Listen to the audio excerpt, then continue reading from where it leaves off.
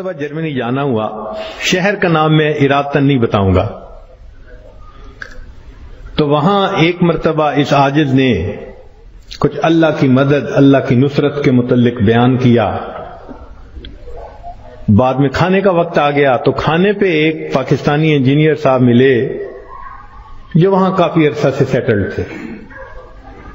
مجھے کہنے لگے جی میں آپ سے ایک بات عرض کروں. میں نے کہا کیا؟ کہنے لگے اللہ تعالیٰ مولویوں کی بڑی فیور کرتے ہیں. میں نے کہا بات تو سچ ہے.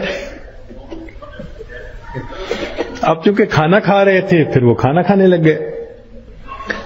پھر کچھ دیر کے بعد کہنے لگے جی اللہ تعالیٰ مولویوں کی بڑی فیور کرتے ہیں. اب میں نے دیکھوں ظاہر میں کہ وہ تو بے شک نہ داڑھی تھی نہ کچھ تھا، ایک عام جیسے انجینئر کی زندگی ہوتی ہے. ایک خوبصورت نوجوان تھا عام زندگی گزارنے والا. جب کھانا ختم ہونے لگا نا تو پھر ذرا میرے وہ قریب ہو کے بیٹھ گیا. پھر کہتے ہیں جی اللہ تعالیٰ مولویوں کی بڑی فیور کرتا. اب مجھے سمجھ لگی کہ یہ کچھ کہنا چاہتا ہے لیکن ذرا اس کو وقت چاہیے، علیحدگی چاہیے. تو وہ ہم لوگ الگ کرسیوں پہ جا کے بیٹھ گئے. میں نے ان سے پوچھا آپ کیا کہنا چاہتے ہیں جو بےتاب ہیں اتنی دیر سے؟ کہتے ہیں جی اپنا واقعہ سنائیں. کہنے لگا جی میں نے لاہور سے انجینئرنگ کی، پھر یہاں ایک کمپنی میں میری نوکری لگی، بہترین نوکری، زبردست تنخواہ، اور میں انٹیلیجنٹ بھی بڑا. میں پچھلے اتنے سالوں سے اس کمپنی میں نوکری کر رہا. ہمارے دفتر میں یہاں کے ماحول کے مطابق مرد بھی انجینئر ہیں، لڑکیاں بھی انجینئر ہیں. تو ایک لڑکی انجینئر جرمنی کی، وہ ہماری کولیگ تھی، اتنی خوبصورت تھی کہ دیکھ کے بندہ سوچتا تھا کہ اللہ نے ایسی بھی مخلوق پیدا کی ہے.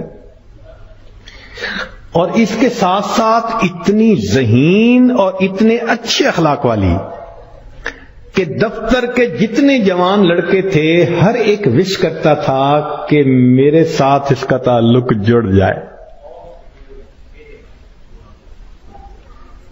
جرمن بھی اسی کوشش میں لگے ہوئے تھے، دوسرے بھی کسی کوشش میں، مگر اس کی زندگی بڑی کلین نظر آتی تھی.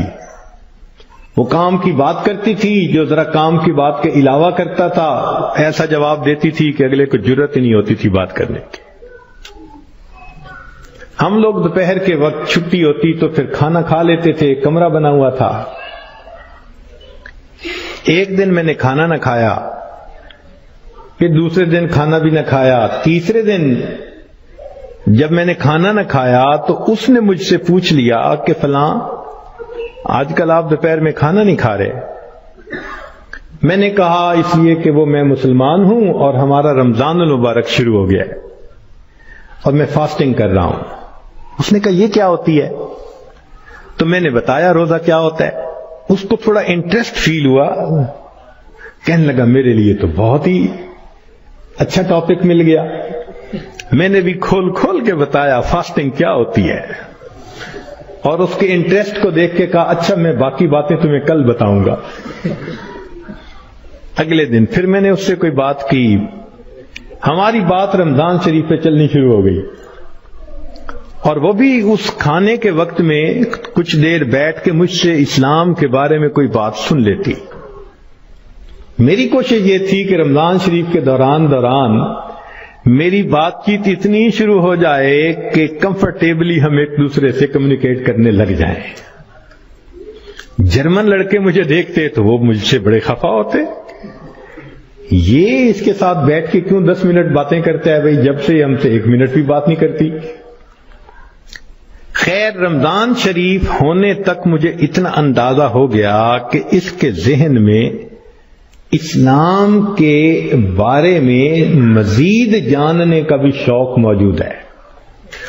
تو میں نے کچھ انگریزی کی کتابیں بھی اس کو منگا کے دیں کہ پڑھو، اور میں تو چاہتا تھا اللہ کرے یہ مسلمان بنے پھر تو ہمارا ہی نمبر لگے گا، چونکہ باقی تو سارے یہاں کافر ہیں. بڑی میری کوشش تھی اور میں بڑے خلوص سے کوشش کر رہا تھا یہ مسلمان بن جائے. کہ اللہ کی شان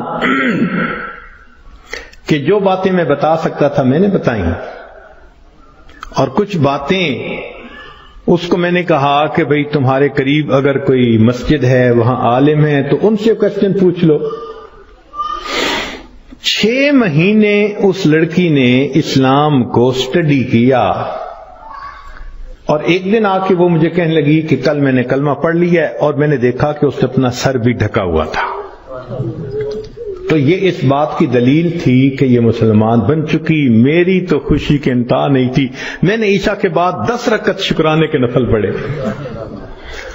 کہ یہ مسلمان بن گئی۔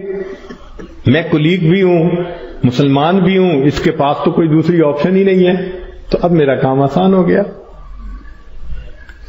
اب وہ جب موقع ہوتا نماز بھی پڑھتی، مگر زندگی چلتی رہی۔ سال میں ہمیں چھٹیاں ملتی تھیں جو اکثر وہاں کے مقامی لوگ یورپ میں ادھر ادھر بیچز پہ گزارا کرتے تھے۔ بات چلی کہ بھئی اس دفعہ چھٹیوں کا پروگرام کیا ہے؟ اس نے کہا کہ میرا ارادہ ہے کہ میں اس دفعہ ٹرکی جاؤں گی، سنیں وہاں بہت مسجدیں ہیں اور بہت علماء ہیں، میوزیمز ہیں، تو مجھے ذرا اسلام کو اور زیادہ اسٹڈی کرنے کا موقع مل جائے گا۔ میں نے سوچا ترکی جائے گی تو میرا کیا فائدہ؟ اب میں نے اس کو آئیڈیا دیا، فوڈ فار تھاٹ۔ میں نے کہا تمہیں کیا پتا، اصل تو دین پاکستان میں ہے۔ اتنی مسجدیں ہیں، اتنے یہ علماء ہیں، اتنے فلاں ہیں۔ اب میں نے ایسی سہانی سٹوری اس کو سنائی کہ اس کو لگا کہ اگر مجھے دین سمجھنا ہے تو شاید وہاں انفارمیشن زیادہ مل سکیں گی۔ اور ادھر میں نے اپنی امی کو فون بھی کر دیا، امی میں کوشش کر رہا ہوں کہ یہاں سے ایک لڑکی آ جائے پاکستان، بس اس کو پھر آپ شادی کے لیے تیار کرنا، یہ آپ کا کام ہوگا۔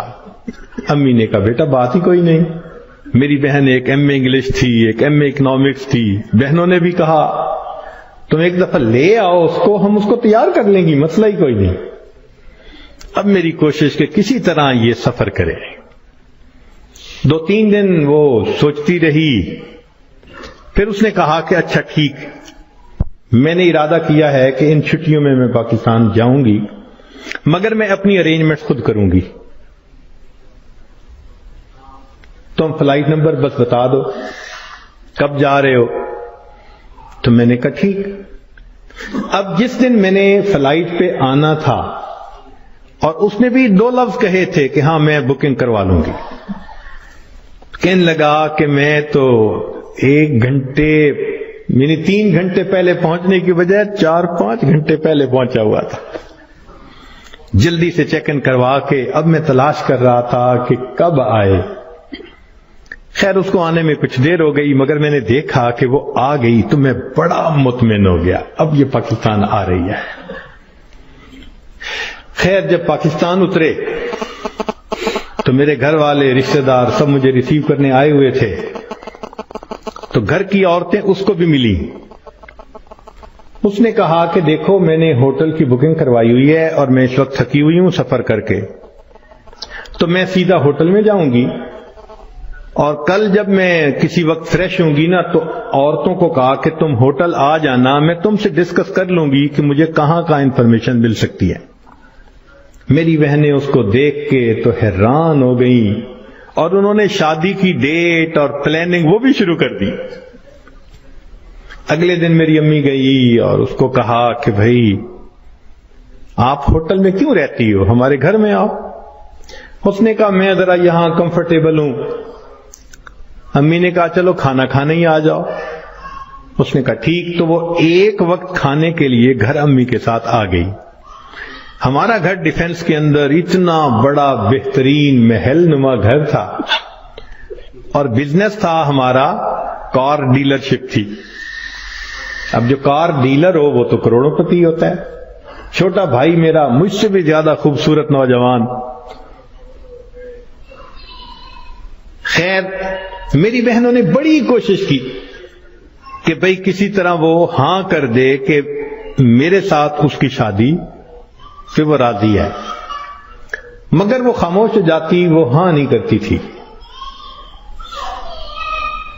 پریشانی ہونے لگ گئی، دن گزر رہے ہیں اور ہاں نہیں کر رہی ہے. تو کہنے لگے کہ ایک دن جو ہے امی نے کہا کہ بیٹا اگر تم سے وہ راضی نہیں تو تمہارا چھوٹا بھائی بھی تو ہے، ہم اس کی آپشن دے دیتے ہیں. میں نے کہا ٹھیک ہے کوئی بات نہیں. امی نے چھوٹے بھائی کی آپشن دے دی. وہ سن کے پھر چپ ہو گئی.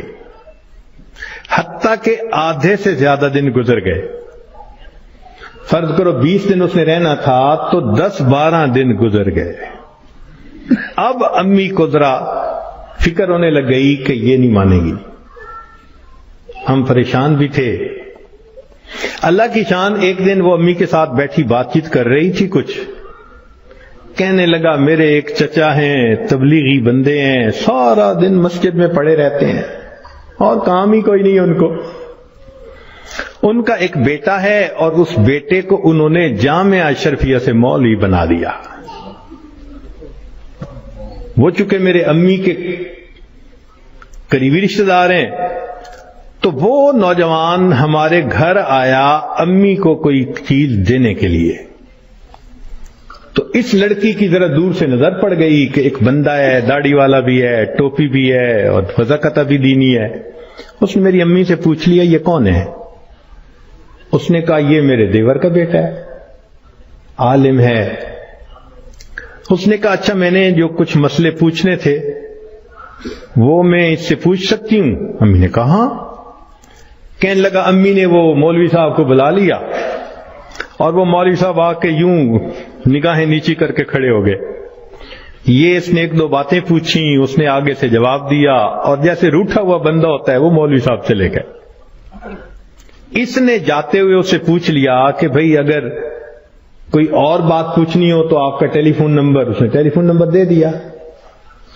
ایک دو دن ٹیلی فون پہ یہ اس سے بات کرتی رہی. کہنے لگے کہ چوتھے دن ہمیں پتا چلا کہ لڑکی نے اس سے خود بات کی کیا تم مجھ سے نکاح کرنا چاہتے ہو؟ کہنے لگے مولوی صاحب نے جواب دیا میں ابو سے پوچھوں گا. ابو سے پوچھوں گا. اس نے ابو سے پوچھا. ابو نے کہا کہ بیٹا ساری دنیا مومن کے لیے اس کا ملک ہے، اگر تمہارا رزق اللہ نے وہاں لکھا ہے تم دین کی نیت سے جاؤ، اللہ کے دین کا کام کرو وہاں. کہنے لگا لڑکے نے ہاں کر دی. اگلے دن اس نے کیا کیا کہ وہ لڑکے نے اپنے 2-4 رشتہ داروں کو بلا لیا، سادگی کے ساتھ نکاح ہو گیا.